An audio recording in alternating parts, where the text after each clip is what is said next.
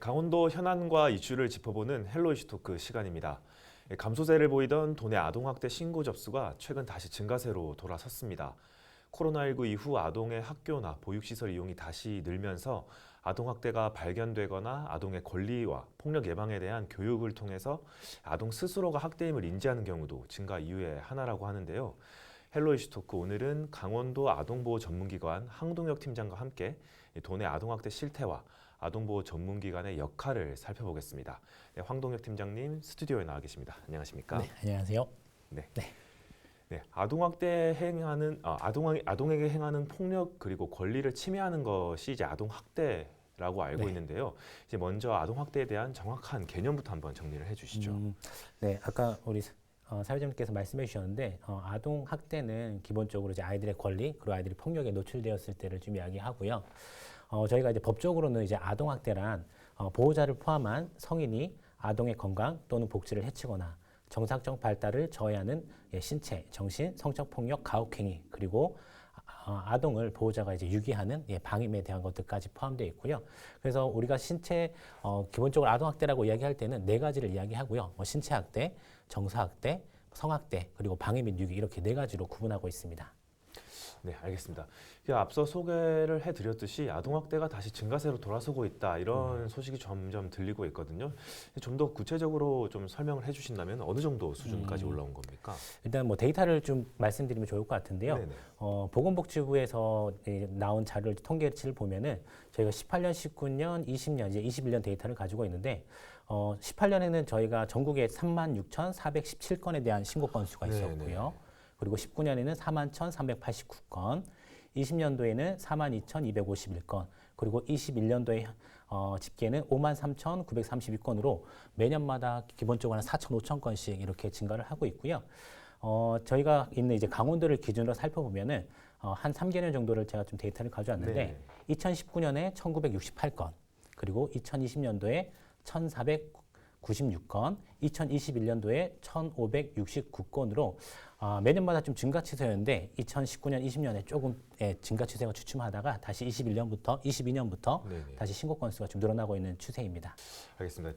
지난 19일이었죠. 이제 법정 기념일로 지정된 아동 학대 예방의 날이었는데요. 지난 19일이 어떤 의미가 있는 날인지도 한번 소개를 해주시죠. 네, 일단 아동 학대 예방의 날은 이제 국가에서 아동 학대 예방과 방지를 위해서 국민적인 관심을 끌어내기 위해서 만든 법정 기념일입니다. 아동학대 문제를 널리 알리기 위해서 만든 기념일이고요. 2007년부터 보건복지부에서 주관을 하다가 이제 2011년에 아동복지법이 개정되면서 이제 아동학대 예방의 날을 규정하고 법적으로 이제 법적 기념일로 지키고 있습니다. 네, 강원 아동보호 전문기관에서도 이를 기념하는 관련 행사를 진행을 하셨다고 했는데 어떤 행사가 좀 진행이 됐었습니까? 네, 이번에 저희가 아동학대 예방의 날을 맞아서 저희가 강원도와 저희 강원도 내 5개 아동보호 전문기관이 있는데 5개 아동보호 전문기관이 함께 모여서 강원도에서 처음으로 아동학대 예방의 날 행사를 가졌습니다. 처음이었나요, 이번 행사가? 아동학대 예방, 아동보호 전문기관이 개소가 이제 2000년도부터인데, 그때 이제 민에서 주로 활동을 했었고요. 그리고 이제 2014년, 17년에 이제 아동복지법이 개정되고, 2020년에 공공화가 이루어지면서 이제 지자체로 공공화에 대한 이슈들이 넘어갔고, 또 그런 상황에서 이제 공에서 지자체에서 많은 관심을 가지게 되었고요. 이번에는 영동에 있는 영동, 영서, 강원도에 있는 모든 아동보호 전문기관 5개 기관이 강원도와 함께 처음으로 아동학대 예방의 날을 좀 진행했습니다. 네, 아동보호 전문기관의 노력과 교육 확대 등을 통해서 점차 인식은 이제 확산이 되고는 있습니다. 하지만 아직도 학대와 훈육을 명확하게 구분하지 못하는 경우도 많은 것 같은데요. 아동학대의 유형에 대해서도 좀 더 구체적으로 한번 설명을 해주신다면요. 제가 처음에 이제 아동학대라고 하면은 이제 신체학대, 뭐 정서학대, 성학대, 그리고 방임, 유기 이렇게 네 가지로 좀 말씀을 드렸는데요. 뭐 다들 아시다시피 신체학대 같은 경우에 저희가 많이 봅니다. 체벌이죠. 때리거나 뭐 뜨거운 물을 붓거나 아이들을 뭐 어린 아이들 던지거나 이런 신체적 폭력을 가하는 것들은 이제 신체학대에 해당이 되는 거고요. 정서학대 같은 경우에는 아이들에게 정서적, 심리적으로 불안감을 유발시키는 모든 행위들이 들어가는데 흔히 뭐 욕설, 위협, 아이들 어디에 가둬놓는 것, 그리고 과거에 그런 얘기를 많이 했었죠.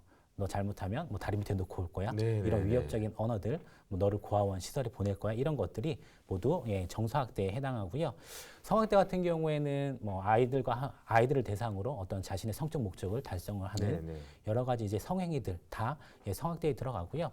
뭐 단순히 어떤 성적 접촉뿐만 아니라 뭐 성기 삽입이라든가 굉장히 성폭력적인 부분들도 다 성학대에 들어가는데 이제 최근에는 이제 성학대 같은 경우에는 아동보호 전문기관이 개입하기보다는 이제 해바라기 센터라는 곳에서 개입을 합니다.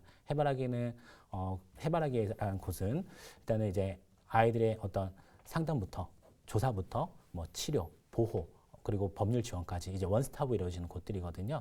그래서 성학대에 대한 것들은 대부분 이제 저희도 해바라기 센터로 좀 연결을 하고 있고요.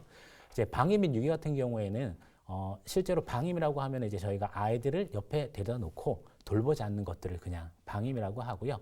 기본적으로 뭐 의식주를 제공하지 않는 것, 네, 네. 뭐 의료적인 처치를 하지 않는 것, 그리고 교육적인 의무 교육에 가지 않게 하는 것 이런 것들을 보통 이야기를 합니다. 그래서 저희가 방임이라고 하면은 뭐 저희가 교육적 방임, 의료적 방임, 물리적 방임 이렇게 세 가지를 이야기하고요.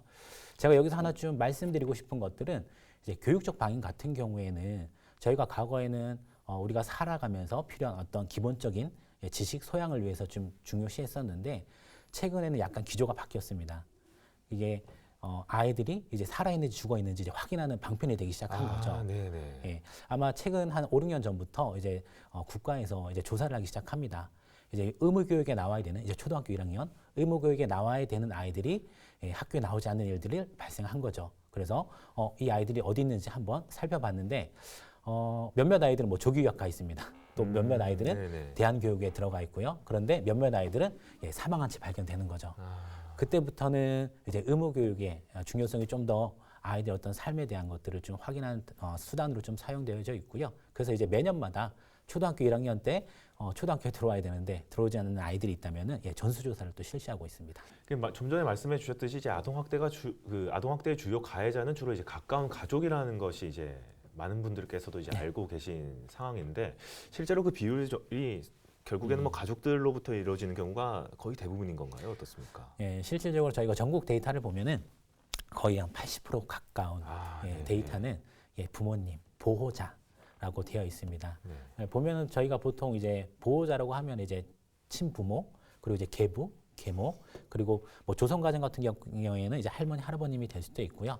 아니면 실질적으로 이제 아이와 가장 가까이 있는 분들을 통해서 이제 학대가 일어나고요. 그 외로 이제 일어나는 것들은 이제 아이들이 많이 접촉점을 갖고 있는 학교나 뭐 학원이나 어린이집이나 뭐 주변의 이웃 등을 통해서 이런 학대들이 발생하고 있는 걸로 나타나고 있습니다. 네. 아동보호 전문기관에서 이제 수많은 사례들을 이제 마주하셨을 건데 기억에 남는 사례가 혹시 좀 있으실까요? 예, 뭐 저도 현장에서 좀 오래 있었는데 많은 사건들이 있었습니다. 저도 이제 현장에 있으면서 사망 사건도 좀 경험을 했었고요. 아니면 부모님이 자살을 하는 것들을 목격하는 것들을 보고 또 그게 또 아이에게 어떤 심리 정서적으로 큰 이슈를 가져오기 때문에 이게 또 정서학대에 해당하는 부분이거든요. 이런 사례들도 있었고요. 뭐 우리 관내에서도 뭐 신데렐라 사건이라고 해서 이제 부모님이 아이에 대해서 집 가정 내에 카메라를 설치하고 일거수일투족을 감시하면서 가장 가사일을 시켰던 그런 사례들도 좀 있고요. 또 제가 기억나는 사건 중에 하나는 이제 그 한 3살 정도 된 아이가 사망한 사건들이 있었거든요. 그러니까 실제로 이 사건 같은 경우에는 우리가 아이에 대한 이해가 너무 없다 보니까 그리고 우리들이 교육이 너무 안 돼 있다 보니까 일어난 사건들인데 뭐 간단하게 그냥 설명을 드리면은 한 동고남께서 동고녀와 동고남입니다. 동고녀가 일을 나가 있는 사이에 아이가 울었던 거죠. 근데 이제 아이들이 어리다 보니까 할 수 있는 거는 먹고 자고 싸고 울고 하면서 자기의 의사를 표현하는데 이 동고남께서 이제 그런 것들이 싫었던 거예요. 그리고 아이가 뭐 똥을 싸는데 기저귀를 안 치우고 그러다 보니까 기저귀에 똥이 새어 나오고 집안을 더럽히고 하다 보니까 아이를 던졌습니다. 그래서 창밖으로 아니요, 뭐 집에 있는 도구를 향해 던졌고 아이가 사망하는 사건들이 실제로 일어났었고요. 실제로도 뭐 전국적으로 이런 사망 사건들이 계속 일어나고 있습니다. 네. 그렇다면 이제 아동 학대가 발생해서 이제 누군가 신고를 했을 때 어떤 조치가 취해지는지도 좀 중요할 것 같은데요. 매뉴얼은 좀 어떤 식으로 좀 만들어져 있습니까? 가해자들한테는 또 어떤 조치가 좀 이루어지나요? 일단은 기본적으로 이제 아동학대 신고에 대한 신고가 되어지면 이제 어떤 절차가 이루어지는지를 좀 알면 좋을 것 같은데요. 기본적으로 이제 신고는 112로 종합 일원화되어 있습니다. 그럼 112로 신고하게 되면은 112에서 그 아이가 있는 가장 가까운 주소지에 있는 파출소로 연락이 갑니다. 예, 코드가 내려가는 거죠. 그러면 거기서 바로 뭐 5분, 10분 내로 바로 현장에 출동해서 아이가 안전하지 않은지를 확인하게 되고요. 그리고 아이의 안전이 확보가 되어지면 그 다음부터는 아동학대 전담 공무원과 아동학대 관련된 전담 그 경찰분이 계십니다. 그래서 가서 아이를 만나고 아이를 상담하고 또 부모 상담을 통해서 이 아이가 집에 있는 것이 안전하지 않은지를 판단하게 되고요. 그때 이제 처음으로 이제 아동에 대한 조치가 들어갑니다. 여기에서 이제 아동의 조치는 아이를 원가정에 둘 것인지 아니면 아이를 분리보호할 것인지에 대한 것들이 이제 결정이 되어지고요. 이제 보호자 같은 경우에는 저희가 흔히 이야기할 때 이제 사법 처리, 형사 사건으로 어떤 법적 처분을 할 것인가 아니면은 심각하지 않은 경우에는 이제 원가정 회복을 위해서 그냥 지속 관찰하면서 모니터링하면서 사례 관리를 통해서 이 가정을 회복시킬 것인가라는 것들을 같이 논의하게 되고요. 기본적으로 뭐 저희가 아동보호 전문기관에서 이제 이런 사건화가 되어지면 이제 초기에는 아이들의 안전을 위해서 이제 보호 처분들이 이제 떨어집니다. 임시조치들이 떨어지는데 거기에는 뭐 기본적으로 이제 아동에게 접근하는 것을 막는 이제 접근 금지가 있고요. 그리고 이제 저희가 전기통신 제한을 합니다. 왜냐하면 이제 휴대폰이나 뭐 여러 가지 전화를 통해서 연락을 할 수 있기 때문에 전기통신 제한 그리고 심각한 경우에는 뭐 친권 행사를 뭐 중지하거나 뭐 제한하는 것들도 하고 있고요. 사회봉사 수강 명령, 뭐 보호 관찰, 뭐 감호 위탁, 뭐 위탁 기관의 치료 위탁, 뭐 상담소 등의 뭐 상담 위탁 등의 절차들, 처분들을 하고 있습니다. 네. 그리고 이제 특히 학대를 겪은 피해 아동의 경우에는 후유증, 성장에 미치는 영향이 상당하기 때문에 이 후속 조치도 상당히 중요할 것 같은데요. 어떤 후속 조치들이 좀 필요합니까? 일단 기본적으로 아이들이 학대에 노출되고 또 신체 학대, 정서 학대에 노출되면 굉장히 심각한 신체적, 심리적인 손상을 가져오게 되죠. 뭐 심할 경우에는 뭐 골절, 그리고 더 심한 경우에 뭐 화상, 그리고 더 심한 경우에 이제 사망까지 이르게 되고요. 이제 심리 정서적인 손상을 이야기할 때 저희가 기본적으로 아이들의 어떤 감정, 뭐 자아 존중감, 뭐 여러 가지 정서적인 반응, 감정적인 반응들이 이제 문제가 되는 것들인데 저희가 흔히 알고 있는 어떤 아이들의 ADHD, 뭐 분노, 거짓말, 뭐 중독, 왕따, 뭐 약물 중독, 뭐 다중인격, 우울, 성격 장애 이런 것들은 결국에는 아이들이 어렸을 때 어떤 폭력 사항이나 어떤 위급한 상황에 노출되어지고 그런 것들이 제대로 치료가 되지 않았을 때 이제 나타나는 그런 후유증으로 나타나고 있고요. 과거에 저희가 이제 기사나 이런 것들을 연구 결과를 보면은 극악한 범죄를 질렀던 여러 가지 이제 범죄자들이죠. 그런 분들을 보면은 거의 대부분이 이제 어린 시절에 이런 학대에 노출되거나 우울한 아동기를 경험했던 분들이 많으신 거죠. 이런 분들을 치료하기에는 굉장히 좀 많은 시간들이 필요합니다. 실질적으로는. 왜냐하면은 저희가 단순히 아이를 치료하고 상처를 꼬매주고 낫게 해주고 뭐 치료해준다고 낫는 것들은 아닌 것 같고요. 평생 가는 것들이기 때문에 이 아이들에게는 장기적인 치료들이 좀 필요하고요. 기본적으로 뭐 심리치료도 필요하고요. 어떤 신체적 손상이 있다면 물리적인 병원 치료라든가 이런 것들이 필요하고요. 그런데 저희가 이제 현장에서 가장 느끼는 것들은 신뢰할 수 있는 누군가를 만나고 그 가운데서 이 아이가 잘 자라날 수 있도록 지지하는 안전망들이 필요한데 실질적으로 이제 이런 것들은 가족이 해줘야 되는 역할이긴 하거든요. 그런데 그 가족이 무너지다 보니까 이런 것들이 되지 못하고 그러다 보니까 아이들도 그 상태에 노출되어지고 저희도 뭐 유관 기관들이나 이제 관련된 기관에서 여러 다방면으로 노력하고 있지만 뭐 쉽지 않은 거는 사실인 것 같습니다. 아직까지는 뭐 인력도 부족하실 거고 예산도 이제 충분하지 않으실 거고 그런 부분에 대한 지원이 확실히 좀 더 이루어져야 된다는 목소리도 많은 상황인데 그런 부분이 좀 더 확실하게 좀 이루어졌으면 좋겠네요. 우선은 그렇다면은 피해 사고가 발생을 하게 되면은 말씀해 주셨듯이 이제 경찰을 비롯한 각 유관기관이 함께 움직이게 되는데 이 가운데 아동보호 전문기관의 역할을 꼭 집어서 말씀하신다면 어떻게 꼽을 수가 있을까요? 아동보호 전문기관은 이제 아동학대 예방을 위해서 이제 사례 관리를 하는 기관입니다. 제가 아까 말씀드렸다시피 2020년 10월부터 이제 공공화가 되어지면서 현장 조사에 대한 것들은 이제 공공으로 넘어갔고요.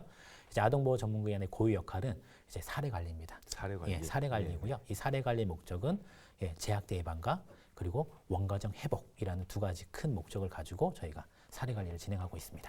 그 아동학대 피해 예방과 사후 대책과 관련해서 정책적으로 좀 보완이 필요할 부분은 없겠습니까? 기본적으로 네, 아동보호 전문기관 또 아동학대 예방 사업에 대해서는 이제 공공화된 지가 얼마 안 됐거든요. 그러다 보니까 국가에 대한 관심이 최근에는 많이 높아졌지만 그 전에는 민에서 하다 보니까 여러 가지 어려움이 있었습니다. 그리고 제가 생각할 때 지금은 과도기적인 시기에 있는 것 같습니다. 왜냐하면 민에서 20여 년간 쌓아왔던 어떤 현장의 전문성이 이제 공공에게 이관이 되어지고 하지만 이제 공공에서는 다시 처음부터 시작해야 되는 그런 시즌이다 보니까 이런 과도기적인 시기에 있는 것 같고요. 그래서 제가 한 4가지 정도 좀 이야기를 생각을 좀 해봤는데 네네. 기본적으로 이제 저희와 연관된 이제 공공에게 어떻게 이런 현장 조사의 전문성을 잘 전달해 줄 수 있을까? 그리고 공공에서 이런 것들을 어떻게 잘 축적하고 사용할 수 있을까에 대한 것들이 좀 되어지고요. 그리고 저희 같은 경우는 이제 사례 관리만을 전문적으로 하게 됐는데 과거에 아동보호 전문기관은 이제 현장조사 중심의 기관이 맞았거든요. 네네. 그러다 보니까 저희에게도 새로운 사례 관리 전문성에 대한 이제 과제가 남아 있습니다. 네네. 그래서 저희로서는 이제 사례 관리 전문가로서 역량을 강화할 수 있는 어떤 법적, 제도적인 지원들, 뭐 교육 체계 마련, 이런 어떤 상담에 대한 구조화 이런 것들이 좀 필요할 것 같고요. 그리고 실질적으로 이 아동보호 전문기관 직원들이 많이 적습니다. 원래는 이제 시군별로 하나씩 법령에는 시군별로 하나씩 만들어지는 걸로 되어 있지만 그렇지 않고 강원도에도 지금 5개 정도의 아동보호 전문기관이 있거든요. 18개 시군을 담당하는. 그러다 보니까 사례 수가 굉장히 많습니다. 그래서 사례 수가 많다 보니까 지금은 이제 그 구역이 나눠지면서 기관이 늘어나면서 조금 줄긴 했지만 기본적으로 과거에는 뭐 50건, 60건씩을 직원들이 사례 관리를 하다 보니까 실질적으로 어떤 질적 사례 관리하는데 한계가 있었던 것들이죠. 하지만 이런 것들은 지금 차츰 아보전이 증설되어지고 인원이 늘어나면서 해결되고 있고요. 이런 것들이 계속 적정한 지원이 좀 이루어졌으면 좋겠다라는 생각이 되어지고요. 그리고 이 비자발적인 내담자들을 저희가 대상으로 이 사업을 진행하고 있습니다. 네네. 어떤 자신의 욕구를 위해서 어떤 자신의 필요에 의해서 오시는 분들이 아니고요. 오기 싫은데 오시는 분들이다 보니까 네네. 굉장히 이제 아동보호 전문기관 상담원들이 위험에 노출되어 있습니다. 어떤 가진 욕설과 핍박, 그렇죠. 그리고 어떤 신체적인 폭력에도 노출되어 있기 때문에 이런 사례 관리할 때 가장 중요한 것 중에 하나가 이분들이 왜 내가 이 사례 관리를 받아야 되는 어떤 법적인 근거가 있으면 이분들이 따라오시는데 그렇지 않은 경우에는 굉장히 너희들이 뭔데 우리 가정에 개입하냐라는 태도로 나오시기 때문에 기본적으로 법적으로 사례 관리에 대한 개념들은 있지만 좀 더 구조화되고 구체적으로 명시화될 필요가 있다고 생각되어지고요. 더불어서 우리 상담원들의 안전을 확보할 수 있는 좀 제도적인 장치들이 마련돼야지 직원들이 안전한 환경에서 정말로 내가 가진 역량들을 품어내면서 사례 관리를 할 수 있지 않을까라는 생각들을 해보게 됩니다. 알겠습니다. 아직까지는 갈 길이 좀 멀다는 생각이 드는데요. 다양한 조치를 취한 후에 피해 아동은 다시 가정으로 돌아가는 경우가 좀 많은 것 같은데 이 재학대가 발생해서 아동이 사망하는 경우도 상당히 많은 것 같고 이로 인한 이제 국민적 분노도 상당한 것 같거든요. 이 부분은 좀 어떻게 해결을 해야 될 것 같습니까? 네, 저희도 이제 사망 사고를 볼 때마다 굉장히 좀 안타깝습니다. 그렇다고 이제 그 아동에 대해서 사망 사건 발생 당시에 뭐 이제 아동보호 전문기관도 연결되어 있고 뭐 공무원이나 경찰분들도 많이 연결되어 있는데요. 저는 저희들이 이제 바라볼 시각이 조금 변화가 좀 필요하다고 생각합니다. 현장에서 정말 힘들게 일하시는 분들이 계시거든요. 그런데 여러 가지 제도적이나 여러 가지 제도적인 장치의 한계로 인해서 이제 그러지 못한 경우들이 있는데 저는 이제 많은 유관기관들과 아니면 네트워크를 할 때 그런 얘기를 합니다. 저희들이 신은 아닙니다. 그 삶을 그 아이들의 가정을 저희가 일순간에 확 바꿀 수는 없는 것들이기 때문에 우리 모두가 힘을 합치고 정말로 한 아이를 위해서 온 마을이 필요하듯 우리가 관심을 가져야 된다는 것들을 좀 이야기하고 있고요. 아까 이런 안타까운 사고들도 만약에 공무원분들이나 아동보호 전문기관 상담원이 알았다면 절대 원가정 복귀를 시키지 않았겠죠. 하지만 그 당시에는 제가 생각할 때 아마 아동도 원했을 것 같고요. 그렇죠. 그리고 또 어떤 주변의 환경이라든가 원가족에 대한 그런 어떤 요구들이 아마 여러 가지 제도적인 한계로 인해서 아이를 보낼 수밖에 없는 그런 좀 실정이 아니었나라는 생각이 되어지고요. 이런 불확실 속에서도 열심히 일하고 있는 이런 아동학대 관련된 관련된 전문가 우리 상담원들과 공무원분들이 있다라는 것들을 좀 기억해 주시면 좋을 것 같고요. 그리고 좀 어려운 말이긴 하지만 이것 외에도 우리가 아이들을 원가정을 회복시켜서 온전한 가정으로 다시 지금 돌려보낸 아이들이 더 많다라는 것들을 좀 기억해 줬으면 좋겠다라는 생각들을 좀 바람을 가져봅니다. 네, 알겠습니다. 이 아동 학대도 어떻게 안전의 문제라고 생각을 한다면 그것이 지켜졌을 때는 사실 잘 드러나지는 않는 거겠죠. 문제는 그것이 이제 지켜지지 않았을 때 문제들만 이제 잘 드러난다는 것일 텐데요. 그런 부분을 한 번 더 짚어보는 하루가 됐으면 하겠습니다. 오늘 이슈토크 여기서 마치겠습니다. 시청해주신 여러분 감사합니다.